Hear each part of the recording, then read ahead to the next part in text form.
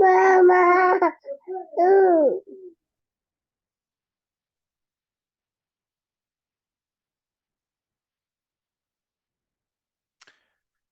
As people start joining, sorry about the delay on getting started.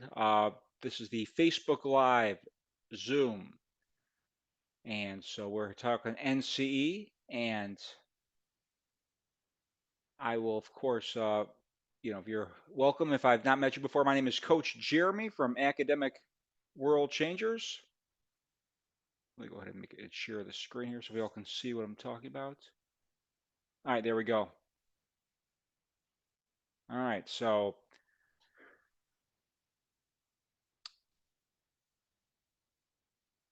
as everyone starts to kind of file in here, just to kind of give everyone a little heads up how this is going to work. Basically, here to go over NCE stuff. This is going to be all from the Hellwig book. We're going to kind of basically just go through a bunch of stuff on the level of, you know, what seems to be what people are posting as far as what they're hearing of the most common things that we should be knowing about this NCE exam. And as I keep going through this, if anyone has any questions, feel free to chime in with any messages or questions on either the chat box, which I'll be monitoring, as well as anything if you want to either send me a message privately, publicly, and make sure that we got this group chat open. And yeah, I'll just be keeping this monitored. Yep. Make sure I'm just going to send a little text that says hello. Okay, perfect. And this will be recorded and posted later, so keep that in mind. But this is for the NCE, and let some more people in the waiting room. All right, so basically, again, NCE, CPCE, whatever you're studying for, people, of course, the first thing is that they ask is kind of, how do I know when I'm ready? And I always kind of start by saying that, we know when we're ready when we can basically talk through it, basically explain it to somebody else like you were helping to teach them. So uh, it seems that the big people, I call them the big guys, they're still big. And I say helping relations, that seems to be the big one that people are, when you look at people posting their scores on social media, what I always pay attention to is the breakdown, and that's still been pretty consistent for the last some years, is that the helping relations is the the big one. And of course, the other one that seems to always get people, which could be simple or difficult, is ethics, because people tend to want to go with what their gut feeling tells them of what they would do, or what their agency that they work with would suggest, because that is not always the same as what the code of ethics says. So we want to keep that in mind. And so with that being said, like I said, if anyone has any questions, fire away, because again, this is your Facebook Live. So if you got something that you have a question about, whether it's a practice question, a question that you got on the exam, or something that you don't get, feel free to throw it out there. And as I'll just kind of, until or if I get something, I'm just going to kind of go one by one based on what seems to be high on the level of importance. So I'm going to dive right into it so we can get started. And the first things first is helping relations, of course. And with helping relations, I always think of the big guys. Oh, make sure that you can all see the screen. If you could just put a thumbs up that if you can see the screen, you can I can't see anyone with a thumbs up, but or put in the chat box a thumbs up, but can you go over the bell curve? Yes, absolutely. I can definitely go over the bell curve. Okay, perfect. So, um, perfect. So I'll just jump right into that. And before I go over the bell curve, can you just put a thumbs up that you can see the bell curve that I'm sharing? That I'm sharing a screen right now. You can see that bell curve. Perfect. All right, terrific. So I want to make sure I'm not talking to myself. All right, so here is the bell curve. And again, this is one of the things when it comes to the bell curve, this the 68, 95, 99 rule. We got to know that.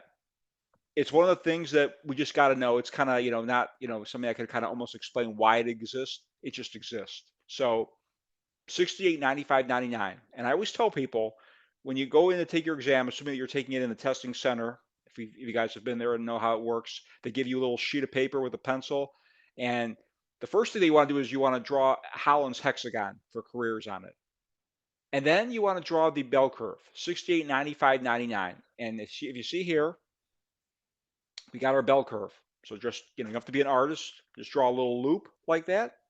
And then in that bell curve, as you can see, there is 68, 95, 99, which is split off 34, 34, 13, 13, 2, 2, 1, 1. You don't have to worry about the decimal points, but have that.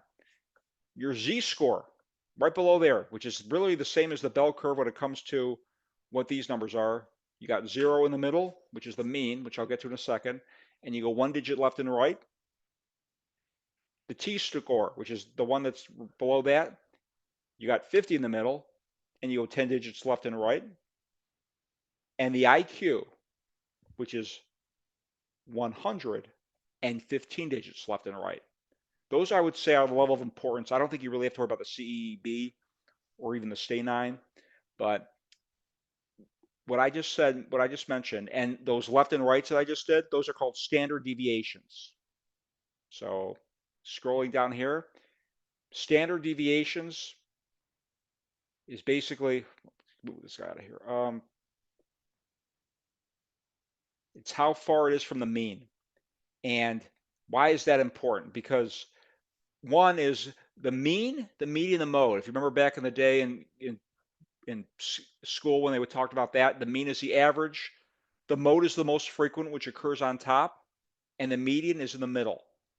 The mean is the power one. That's what moves. Because you see here, the mean when it's on the left side, it's a negative skewed.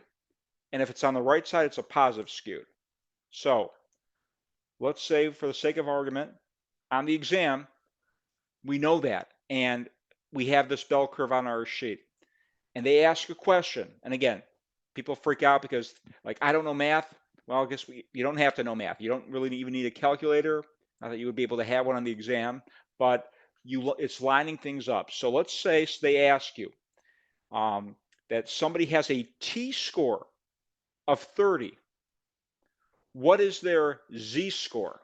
And I'm just going to start talking unless somebody wants to jump in and take over, feel free. But 30 right here. And then as you see here, -2, it goes upstairs. See? So if a t-score is at 30, their z-score is at -2. And then there you go. Very good. And then the question would be then, is that a negative or a positive skewed? And the answer, probably should make this a little bit more difficult, but this is, even though it's a -2, yes, it is a negative. And the fact that it's a negative has nothing to do with this number being a negative. It's the fact that it's left on the left side. And so I could have, which is why I probably should have said -2 and 30. And 30 would be a negative skewed. Even though it's a positive number, it's on the left side. So that is how that goes. Now, again, there was no math. There was no calculator needed. It was just lining things up. So here's another question. And this is actually pulled from the Hellwig. Again, you're lining up and you're going through this. So let's say if a test has a mean of 50 and a standard deviation of 10, we know.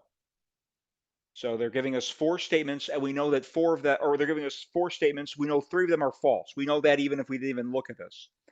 So 90, so here's what I would do. If I didn't know the answer, I would just go one at a time to see which one is true or not. So the first one, it says here, I try to make this big, but if I make it big, then you can't see the graph. But 96% of test takers scored between 30 and 70. All right.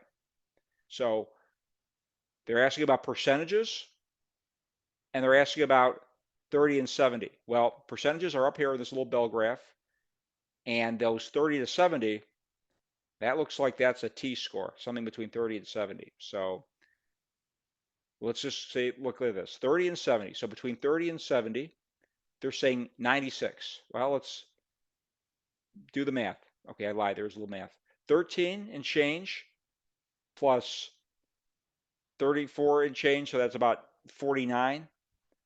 And you see where now I was, and now we double that, so about 49. And so we're kind of close to 96. I mean, obviously there's decimal points, so we might be kind of over under a couple digits, but that could work. But let's see if the other ones work. B, it says 50% of test takers scored between 40 and 60. All right. So 50% between 40 and 60. So here you see the t-score 40 and 60. Is that 50%? Or what is it? Let me ask you, does anyone want, if anyone wants a chance to, between 40 and 60, what percentages, if you go upstairs, you see these two. There you go. So that would be a false. That would be not true. C, it says 34% of test takers scored higher than 60. All right. So there's 60, and higher means from 60 all the way to the end, which again doesn't look like it's going to be, well, doesn't look like it's that much there. So again, 60, so percent higher than 60. So it looks like it's 13 and change plus 2 and change plus maybe 1. So looks like we're at 15, 16%. We're not 34. And then for D, it says 50% between 50 and 60. So between 50 and 60, looks like it's not 50%, looks like it's 34%. So again, so that means that this 96% is between 30 and 70, where again, we didn't add up the decimal points, but you're looking based on what would work, and that's the only one that would be close. So again, didn't need the calculator, but that's how we took a shot at that. So again, you're just basically you're plotting and you're lining things up. All right, let's take a shot at this one here.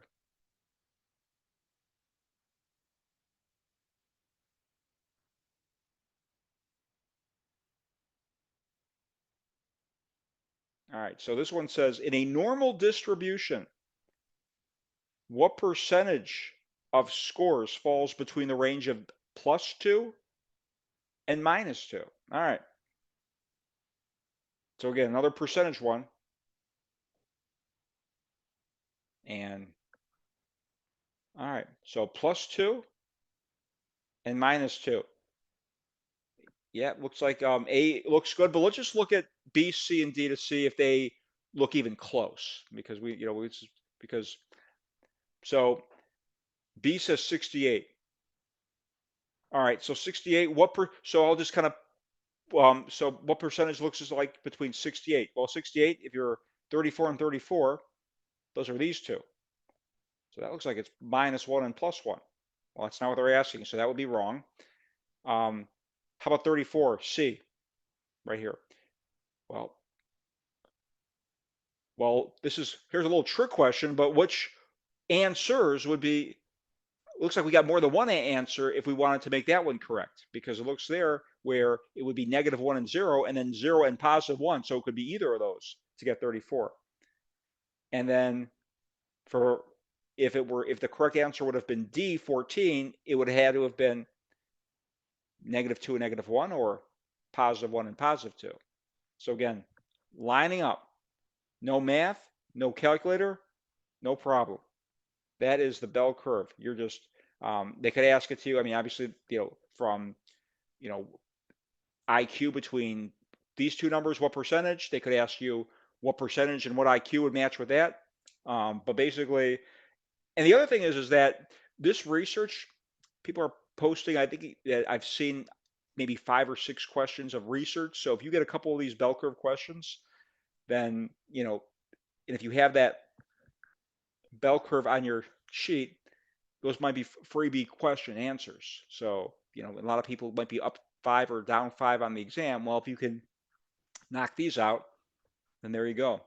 So that is the bell curve, which seems to always be the, again, the kind of people kind of seem to freak out about, because they think they see numbers, they think math, and then I say, well, hey, cool your jets. All right. So I will, and I'm just going to keep monitoring that chat to see if there's any questions. And if no one has any other questions, I'm going to move on to another domain. but let us, and again, I'm just gonna go based on what people are saying, or I'm gonna keep going. But we are, if they're just people are just joining in, because I know a few people have kind of entered late.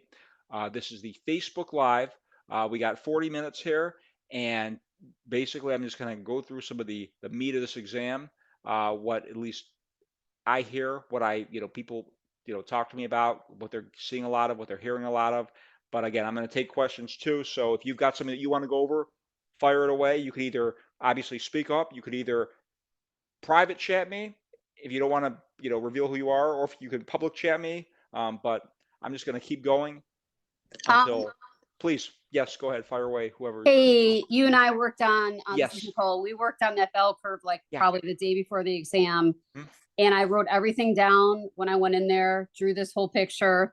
And then there was like this question. And I'm like, God, I remember we went over this. And it was something about if you have this number and this number, what is the standard deviation? And I think there was something where you had to subtract one. Yeah. Or add one. I couldn't remember, but I know I bombed that question. I think. I don't know. Okay. Was it like one where in which you had kind of it was similar to this type of a thing, or like did you not have the graph in front of you? Or No, it was. I don't know if I had a graph, but they just no, they didn't. I had my own graph, but they asked question like they put in two different numbers and they're like, which number is this? I wish I could remember it. Right. I can't I know, remember. and that's a difficult part because with 200 questions, to think if there's one or two that you don't get, it's hard to kind of go back and think what was that question, because obviously you've got a lot going on. So yeah, and like I said, but let me ask this, Nicole. Like, Yep. how I mean, would you say there was a substantial amount of these questions, or maybe just one or two? Maybe like I'd say maybe like 3. Okay, yeah, and Yeah. which is typically what I would expect because Mhm. if you're going to get 5 or 6 research questions, hmm half of them are going to be bell curve questions, and if you can at least plot that on your sheet, increases the chances. So yeah, but yeah, like I said, it's you know it's basically lining things up, understanding the positive and negative skew distribution, and kind of going with that. So What is that whole trick with though? Like you're supposed to add one or subtract one. I know we talked about that. Can you go over that? Do you know what I add mean? one as far as what is concerned, as far as Like the is a standard. yeah, standard deviation. Yeah. Well, Okay. basically what that is about is, um, yeah. So when I said this is about plotting this bell curve where you have the bell curve, the percentages, and then below that you've got your z-scores where you start at 0 and Mhm. you go -1 left and +1 right.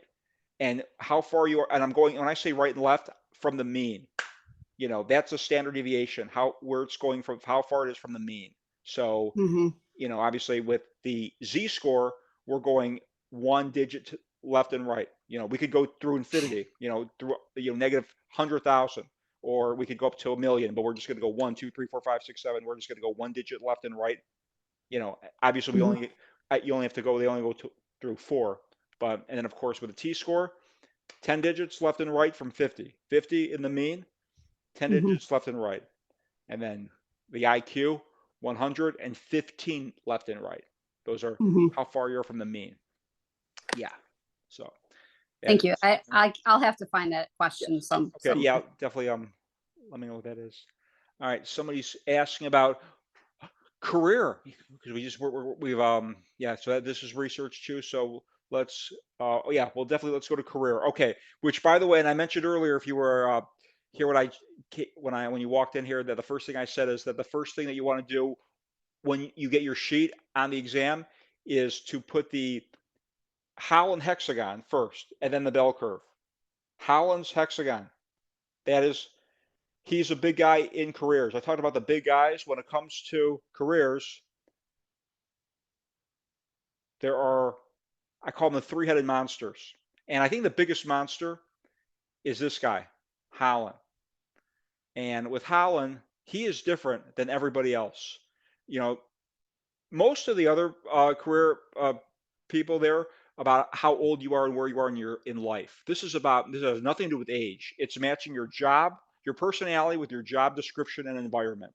So Riasek, which I think technically it's pronounced Riasek, but if you flip the I and the E, that would mess you up. But again, RIASEC, realistic, investigative, artistic, social, enterprise, and convention.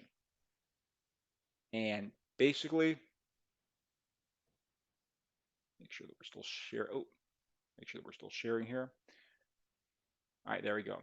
And basically what you want to do is, the idea here is, again, realistic. These are the doers, they call them. Coal miners, um, watch repairmen, auto mechanics, basically they work underground. And the key is, in this line of work, their social skills are mediocre. Yeah, you walk into their break room, you probably hear food shopping. That is a realistic category. Then we go to investigative. These are the thinkers, they call them, interested in data, DNA, hair samples. I think of them as those computer geeks in school. Not the best social skills either. We go to artistic. These are the people who express themselves through art, film, music, theater. They're called the creators. I think of them as those kids that are sitting in the front of the classroom and they're drawing pictures, and before the teacher rips up their paper, they're like, "Wow, this is good." People tend to gravitate towards that, and that is why their social skills are a little bit better now. Then we go to the social category. Social workers, uh, elementary school teachers, maybe even salespeople. And these are the people who don't shut up. You can hear them talking from across the street, basically. Those are those people. And then we go to enterprise. Still pretty social area, but there are leadership positions. So I think of what maybe that social worker or counselor is in social. His or her boss, the owner of the counseling agency, is enterprise. Maybe the car salesman who's in social, the general sales manager, that person's boss, could be enterprise. Still pretty good, pretty good social skills. And then we go to conventional as we kind of circle back. Kind of an old school breed of CPAs, office clerks. They probably still use that card catalog or that filing cabinet system. The approach, if it's not broke, don't fix it mentality, so to speak. And that's kind of the area of they like their staples in the same place. It's kind of really that's their pet peeve, very organized, and not the best social skills either. So we just went around the circle there, the hexagon rather, and there's so many ways that you could get thrown a question about this. First of all, it's the point blank. Somebody who does this for a living would be considered what? They could group them together by giving you, because again, just like in real life, people change jobs, they change careers. But if you're going to change a career, you're going to go to your next door neighbor. So a realistics, if they move, they're going investigative or conventional. If a social person moves, it's going enterprise or artistic. So S and A, perfect match. R and C, perfect. ASE, perfect. Because there's no spaces in between, no gaps. As long as they're all touching each other, that's fine.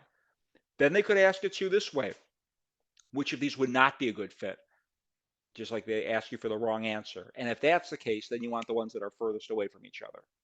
So again, that is Holland. And so there you go with Holland. And of course, that is maybe I think of him as the biggest monster of this little three-headed monster that we got. And I think that the second one is Super.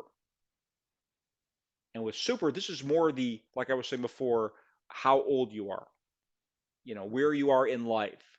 And this is a full lifespan,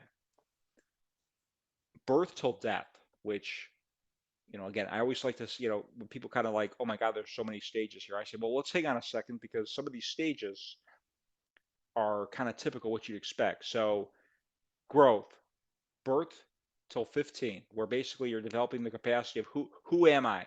We got to know who we are before we know what we want to do with our lives. Then exploratory, where tentative choices are made. And it's, basically those stepping stone jobs. And then establishment, basically this is when we're in the prime of our career. We're risk taking. We're, basically, swinging for the fences, so to speak. And then after that, those next 20 years, we got the maintenance, which is basically are just kind of maintaining, holding on to what you have. And then 65 plus, it's decline, where you're consolidating, cutting back towards retirement, towards the end of your career, towards the end of your life, so to speak. And that is super, the full lifespan. And of course,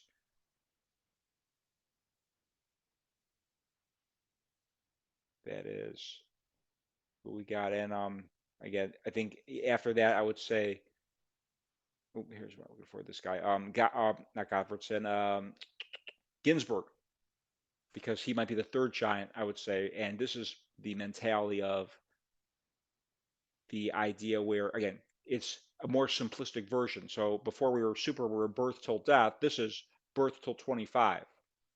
So basically, the first one, fantasy. I think of this as, dress up. So this is birth till 5th grade. I think of this as, dress up to on kindergarten of what you're going to be when you grow up.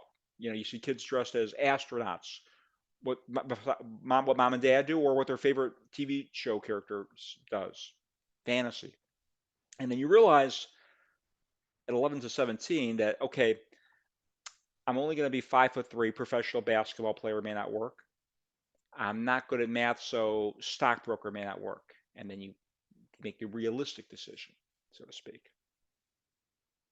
So again, those are the three-headed monsters. And then, yeah, then there's a big, and then of course I would say then there's a drop off, and then there's a second tier. So I'm gonna just move on from there because somebody mentioned careers, so I'm gonna kind of go to the next level of that. All right, so we did some careers, we did some research.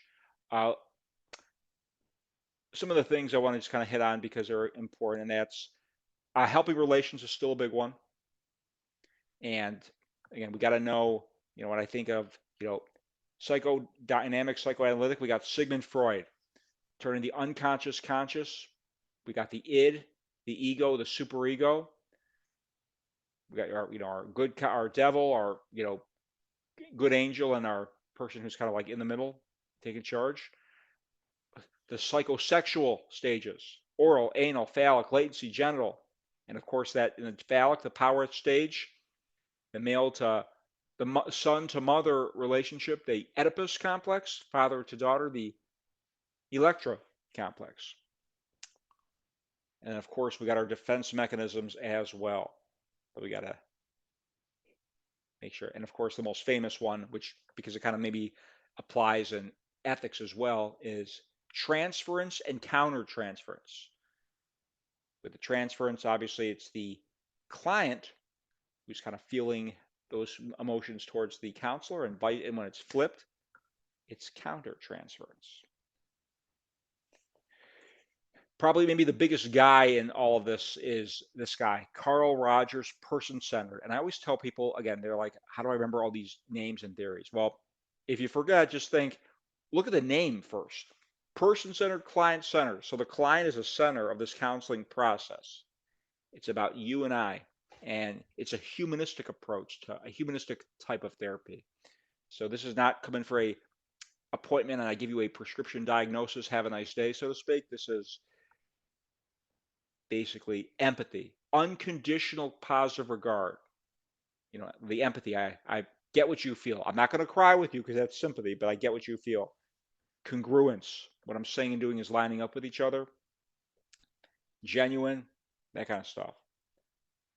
CBT, this might be the most broad form of therapy because again, why is anyone in therapy to begin with?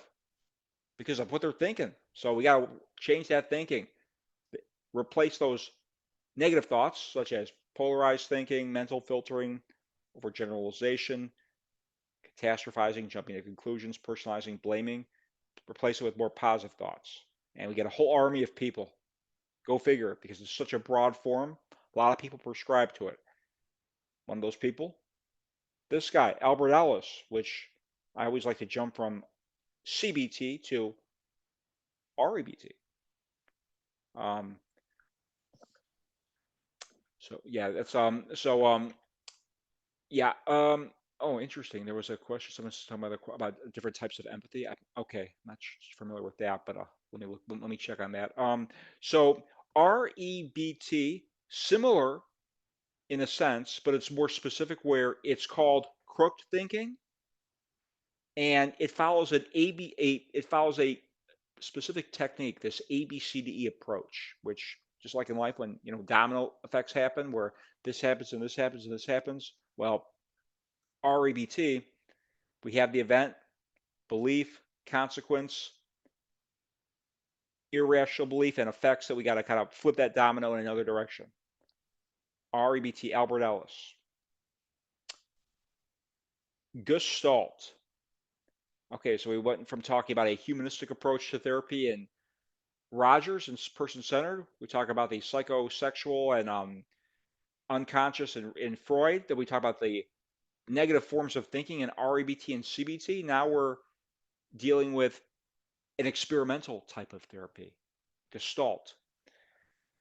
The here and now, unfinished business. We're taking care of dealing with our unfinished business so we can focus on the here and now.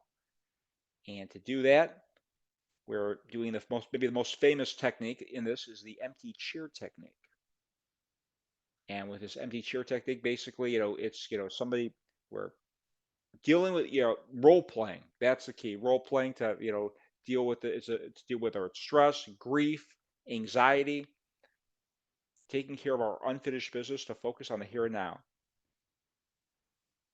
Existential. Viktor Frankl. He was a prisoner in a concentration camp. He wrote a book called The Man's Search for Meaning.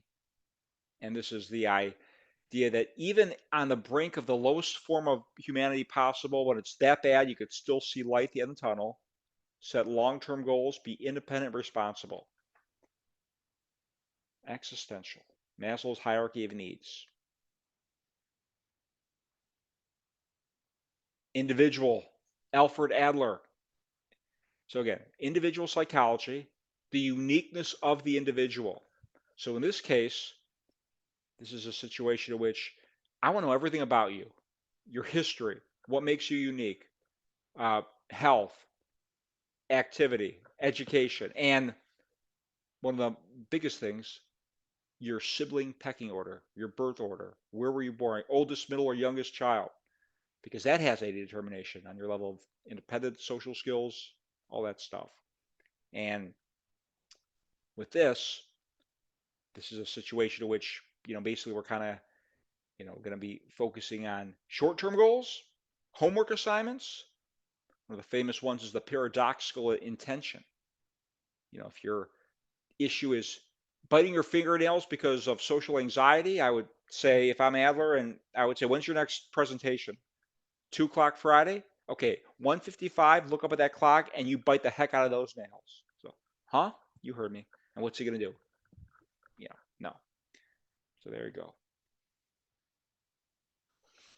TA, transactional analysis.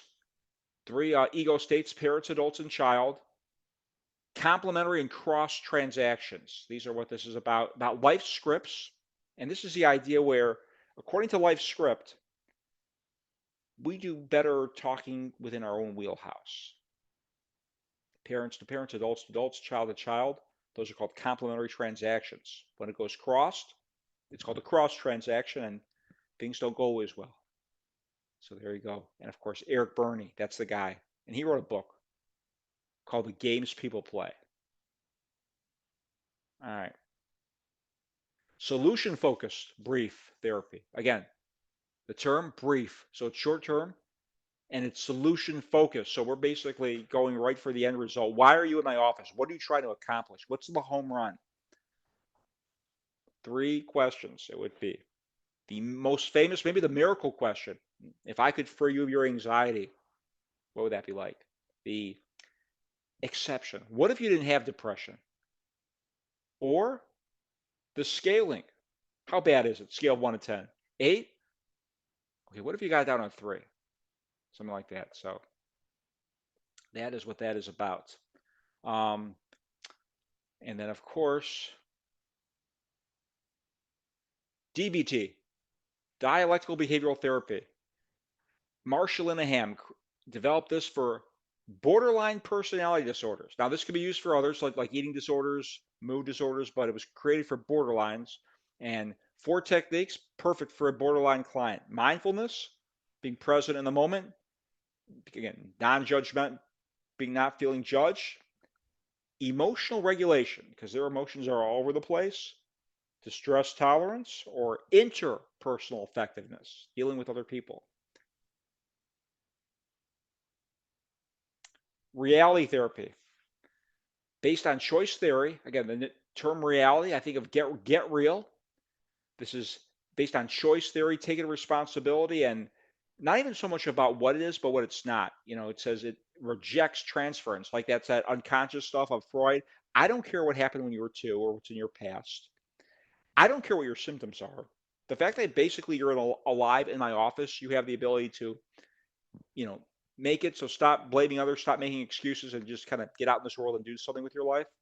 Kind of a very, slap in the face type of approach. Time and a place for this one, just like there's a time and a place for solution. And then finally, narrative therapy. Again, when I think of narrative, I think of the library, books, and stories. And if it's narrative therapy, why are you in my office? Well, probably because you have a sob story. You're not going to come in there with a happy story, so you've got a sob story. So in narrative therapy, I'm going to help you reauthor your story, deconstructing it, externalizing it, asking questions, helping you see it differently. Not changing your life, but helping you look at it from a different perspective, reauthoring. And those are the big guys in helping relations. Now, there are others, yes. However, I think that if you pretty much, if a third of the exam is helping relations and you've got this down cold, you're going to be pretty strong. But that is, going to be what that's about. And also, before I forget, I just posted some discount codes for anyone who is looking for anything else, whether that's any future boot camp classes or any one-on-one sessions. But that is about what that is. And this will be recorded and all this stuff, which is actually, this is all cut and pasted from Hellwig. So that is what that's about. But again, when it comes to this exam, you want to make sure that, of course, certain key things to know, just understanding. And yeah, I don't think there's a whole lot of math. I mean, there's really no math. And, I really don't even feel like it's about matching the theorist to the theory. It's about basically, can you talk to somebody else about it? It's like, talk to me about Rogers, talk to me about Gestalt, talk to me about, something else. So that is going to be kind of what that's about. So, yeah, so we are going to have to sign out of here now, but it was definitely, thank you all. Sorry for the little delay hiccup getting started, but Jeremy, real quick, I have a yeah, question. please. Yeah, fire away. Yeah. As far as like the DSM, approximately like how many questions are on over the DSM? As far as the DSM is concerned, when it comes to diagnosis, depression with the bipolars, anxieties, I think, like, I've not heard anyone saying about medication, so I haven't really been touching upon any kind of medication type questions. But as far as the DSM, when we're talking about, have you seen this before? This is the bipolar 1 and 2s. You see this here? Yes. Okay, so this understanding these levels of depression, understanding, I think depression and anxiety. So we're talking, and of course, and I say anxiety, I go panic attacks, panic disorders, and then depression, bipolar 1. And so those are kind of the things that I would say, I mean, and of course, then you go to the next level where you've got the clusters of, the schizophrenics, the antisocial, the serial killers. But I think that those are, and of course, the conduct disorders, which is kind of sometimes the prequel to an antisocial. But yeah, but I think that understanding the difference of levels of depression with these bipolars and the anxiety, of course, that broad general anxiety disorder, where someone who's just nervous about everything, those are kind of the heavy hitters. So yeah. Okay. Thank you. No problem. Appreciate it. No problem. And yeah, somebody just asked about the NCMHC. There's similar content. especially with these depressions and anxieties. But they ask them just in different ways. So it's more of a kind of it's a case study type question. So, but yeah, but thank you. Good job, everyone.